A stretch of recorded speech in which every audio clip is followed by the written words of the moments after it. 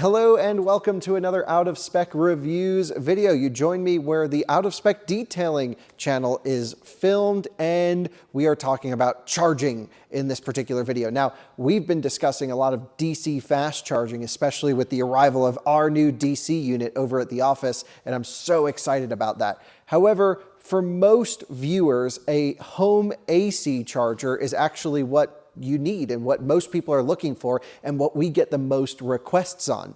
So recently I actually did a video on ShockFlow's mobile connector, and it was a NEMA 1450 mobile EVSE electric vehicle supply equipment to charge an electric vehicle. And what I really liked about it was it could do high current on a NEMA 1450 outlet. 40 amps on a mobile connector is pretty rare. It also had a screen with a ton of great data.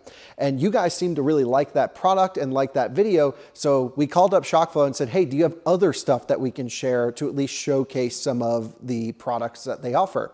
And so they sent us a home charger that I want to show to you in this video today.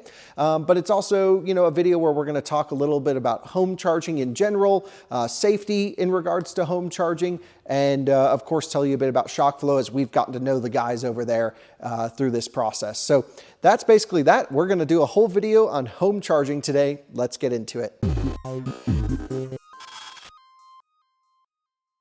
Well, you joined me at Clear Detailing in Windsor, Colorado, and actually the reason we're here is because Colton has, first of all, this is where Out of Spec Detailing is filmed, of course, so it's just a beautiful place.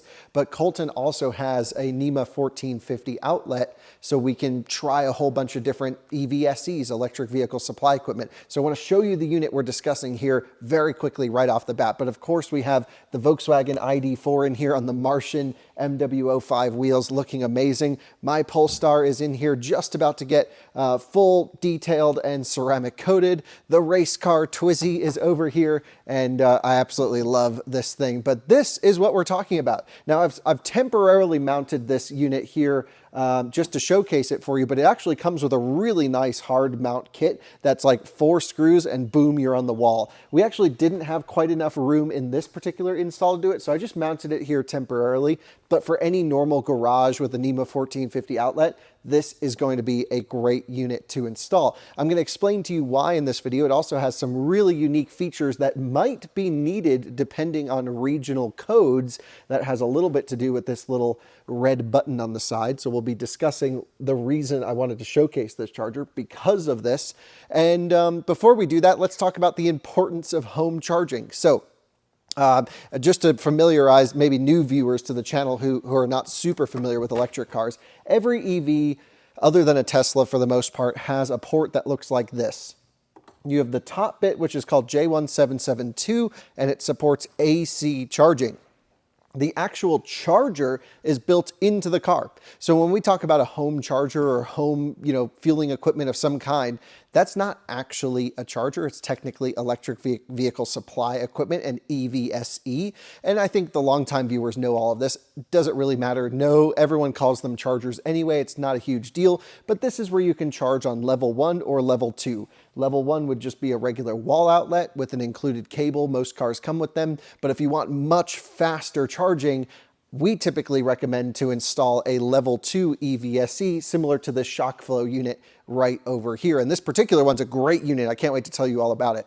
So you'll be able to charge at, instead of 3 miles of range for every hour, it does depend on the vehicle type and efficiency, north of 40 miles of range per hour, again, depending on vehicle type and everything. This bottom port down here, this is for DC fast charging. So when we talk about Electrify America, EVgo, many public charge points that are near the highway, those fast chargers use the full port, and that's where the actual charger is mounted. That's what you're interfacing with, mounted off board. So you basically do the AC to DC conversion off-site, where you can have a big space to have a lot of charging capacity, and then dump direct current directly into the battery. Most electric vehicles come with a 48 amp onboard charger these days. Some come with less, very few come with more. Even a Rivian, which has a huge battery pack, only has a 48 amp onboard charger. So we're starting to see most home equipment come in around 48 amps maximum. And I have to say, for the price, for the style of this unit, it can do 48 amps, which is wonderful. And I'll talk about how we have it wired and different ways you can derate this depending on your situation, which I think makes it super flexible. When we're looking at home EVSE reviews and testing, the first place I would always go is Tom Malogny's reviews, State of Charge. Have to give him a plug. He does the most in-depth testing on EVSEs. He's looking at cable bend radiuses and different temperatures and dropping the connector. And you know, that's sort of like what we do with DC charging. However, AC charging is still important for us to cover on this channel. And that is basically what I'm going to be showing to you here in this video. Many of you don't have an electric car yet, want to prepare to have an electric car, or in the process of buying one. There's many hundreds of home chargers available on the market. How do you choose? And honestly, this is something that we're going to be working with Tom on to help make all of these decisions. I have been using this one. I know it's mounted a little bit jankily at the moment, but I've been using this ShockFlow for some days now, and it's working out great, truly awesome. So let me tell you a bit about this unit. This is a flexible unit in terms of charge rate. What I mean is it can be set to charge as low as 16 amps and as high as 48 amps. They'll have a hardwire version and a NEMA 1450 version. The way we have it set on a NEMA 1450 outlet is set actually to the maximum that this setup will allow, 40 amps on a 50 amp circuit. Again, NEC, the National Electric Code, says you can't exceed a current rating of more than 80% for continuous loads. Charging an electric vehicle, it just sits charging for a long time, more than 3 hours, so you have to derate the charger down for safety. So that's what we did here, and it was super easy to do that in the app. It actually has a whole Bluetooth app. I'll show you when we plug in the ID4 here in a moment. So you have, honestly, one of the most attractive looking units here. It can be plug and charge capable. By that, what I mean is there's no authentication needed. So if it's in a locked garage or a closed garage, you'll be able just to take your, some people refer to this as the charging gun, the charging pistol. I think that's always funny, but your charging connector, your J1772 port, and just plug it into your vehicle and boom, you'll start charging. However, we're starting to see more installations, at homes that are shared, whether it's a multi-unit house or if it's a condo or apartment complex, where you just want to install a charger and reserve it for yourself. And you'll notice there's a little RFID tag right here. You can code RFIDs and pair them in the Bluetooth app for this. I'll show you the app in a moment again, and you'll be able to lock it just to people you want. You can also have it be app activated, and you can text or even email someone the activation to this charger. So for example, if I had this installed on the outside of our office building or my house, and I wanted Colton to be able to charge his ID4 because he needs enough range to get down the street, I would say, hey, let me text you the address or the authentication to the ShockFlow, and you can plug it in and go, which is fantastic. The cable itself, really nice cable, absolutely loving this. And the connector is pretty cool as well. It's got a really nice latch right here through the center. It is plastic, it's not a metal one, but I think that's okay. Feels nice in the hand, and it's got a little gasket on the inside. Everything's looking nice, very high quality, very premium unit. Certainly, again, one of the most attractive units here. Let's actually charge a car, because I'm sure that's what you all want to see. So let me pull the cable. It's a fairly long cable. It's not excessively long to the point where you're going to be wrangling. Some of these units just go on for miles. This is a very appropriately long cable. I'm going to line it up and plug it into the car. And you'll see pretty instantly contactors are going and we're charging. A very quick communication process here. When I load up the app, which let me do really quick because I want to show you guys this. You can see here, one second, let's let it get connected to Bluetooth. Boom, boom, boom.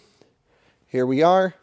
So just to show you a bit more data here, you can see we're charging. I have it set to 40 amps, which again is the maximum you would want to do on this type of circuit. But again, the unit can go all the way up to 48 amps, which gives you some more flexibility. It's temperature controlled on the inside, so there's good monitoring for safety. Absolutely love to see that.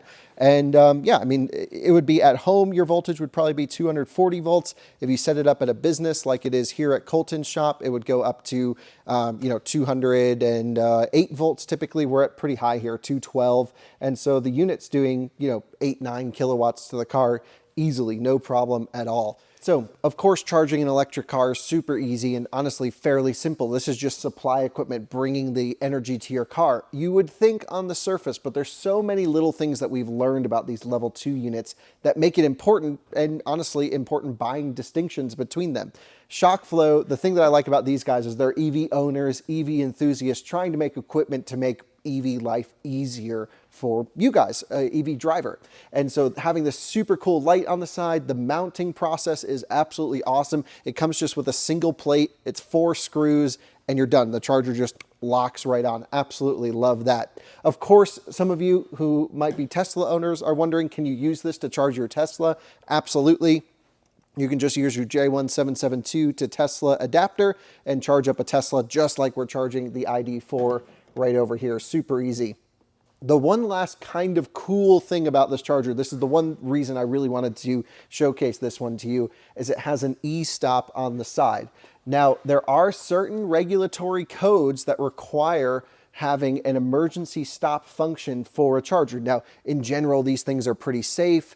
As long as you take care of your NEMA 1450 outlet, use a really high quality industrial grade outlet. Don't be buying those $9 outlets. Buy one that's $50, $100. Truly, it will save you in the long run. And just make sure your connections are crimped over time. Every year, try and tighten up the outlet, especially if you charge at high currents very often. So, you know, there are some potential issues if you use this thing for a long time, mostly to do with the wiring behind the NEMA 1450 outlet, not so much with EVSEs. EVSEs rarely have issues, but some, again, codes may require an e-stop, and it's charging right now, so I'm going to show you what happens when I hit the e-stop. Ready? Boom. Hit it, it's gone red, it's instantly stopped charging. The car's contactors have opened, and you can see here, it's actually gone red on the car, indicating that it has entered a charge stop state. So that's a really nice feature where you can, boom, quickly stop a charge if you need to. And I'm actually impressed. ShockFlow is, I think, the only level 2 EVSE I've ever seen that has this particular function. I can then quickly twist it, reset it, and it will go through a reset process and then just start charging again. There it goes. So super cool, really like this thing. We'll leave the link in the description, of course, if you're interested in buying it. Of course, you can head to ShockFlow, or it will be an Amazon link, Alyssa, for this one as well. Great, so all the links will be in the right places. Let me know what you think if you end up getting one. Of course, make sure you set your maximum current rating in the unit. If it's a hardwired one, go up to 48 amps. If it's on NEMA 1450, I guess you could, but we would recommend really setting it to 40 amps or lower. Just make sure you dial it in. Every EVSE, you really want to make sure that you have on the correct power level for the circuit that you are on.